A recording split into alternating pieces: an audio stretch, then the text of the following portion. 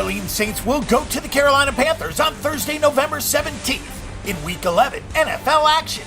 Week 11 is hardly the time to panic, though it might be that time for the Carolina Panthers. The Panthers were staring 4-5 in the face with a good chance to get on a roll and grab at least an NFC Wild Card spot. But after a fourth quarter comeback by the Kansas City Chiefs on Sunday, the Panthers are now at 3-6. The Saints also suffered a brutal loss in Week 10, so two teams coming off of bad weekends will play on a short week in Charlotte. Carolina is favored by 3, with a total in the low 50s. Both teams played on the West Coast on November 6th and had to come back home to face their next opponents.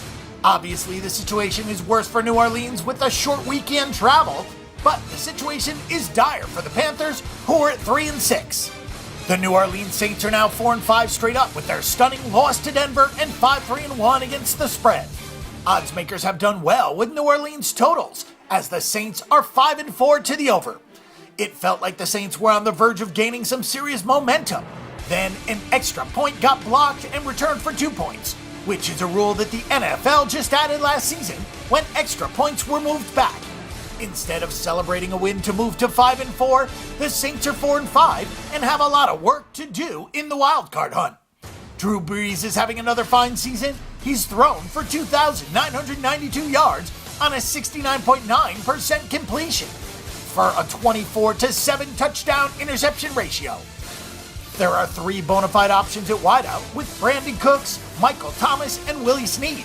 It wouldn't be a surprise to see Brees single out Thomas this week and try to get the rookie back on track after 2 costly fumbles last week. Mark Ingram has found his sea legs in the running game with 4.8 yards per carry. There's a lot to like about New Orleans' offense. Also, with each passing week, there's more to like about the defense. Unfortunately, the Saints will probably be without Kenny Vaccaro this week. The safety appealed a 4-game suspension for Adderall to play last week, but he'll need some fortunate test results on his second sample to be exonerated. The Saints have quietly held every opponent under 28 points in each of their last 4 games, which is a major upgrade for them on the season. The Saints have still given up 6.3 yards per play this season and have been torched through the air for an average of 293 yards per game, but there is visible improvement with Dennis Allen's defense. Carolina is just 3-6 straight up and 2-6-1 against the number. They're 4-4 on totals. Even though the Panthers are 3-6, they have been favored in all 9 games this season and should close a favorite again here unless something happens to Cam Newton during practice.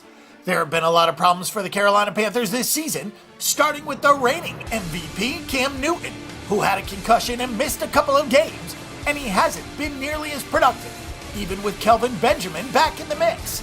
Carolina has only managed 5.7 yards per play and 24.6 points per game this season. After posting a 35-10 touchdown interception ratio last year, Newton only has a 10-7 touchdown interception ratio this season. Because of injuries, Jonathan Stewart has been limited to 92 carries this season, with just a 3.6 average. The Panthers' offense has not enjoyed the spoils of last season's defensive performance, as turnovers and field positions are down. That's made games much tougher, and the Panthers have not been able to overcome those 2 drop-offs. The offensive concerns are one thing, but the Carolina secondary is just a mess. It would have been unfathomable to think that this secondary could allow a 65.5% completion rate, but that is the case this year. The loss of Josh Norman undoubtedly has played a role, but it's far more than that. The Panthers are 5th in sacks, and they still can't stop opposing passing attacks. That seems like a suboptimal situation with Drew Brees looming on the schedule.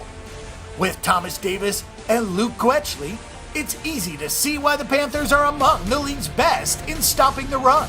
Carolina even has 9 interceptions. When they aren't getting to the quarterback or picking off a pass, though, it has been a field day, and Drew Brees takes great care of the football, plus he rarely gets sacked. That spells trouble for the Panthers. The New Orleans Saints are in a very tough spot, but so is Carolina. At this stage of the game, given the 2 teams, it's hard to say that Carolina is definitively better than New Orleans from a power rating standpoint. That's what this line implies. This does feel like a must-win for Carolina, so maybe that's built into the number, but it also places all of the pressure solely on them. The Panthers could not stop Atlanta's passing attack and already gave up 41 at the Superdome, so why will that not happen again? Our pick and prediction is for the New Orleans Saints at +3.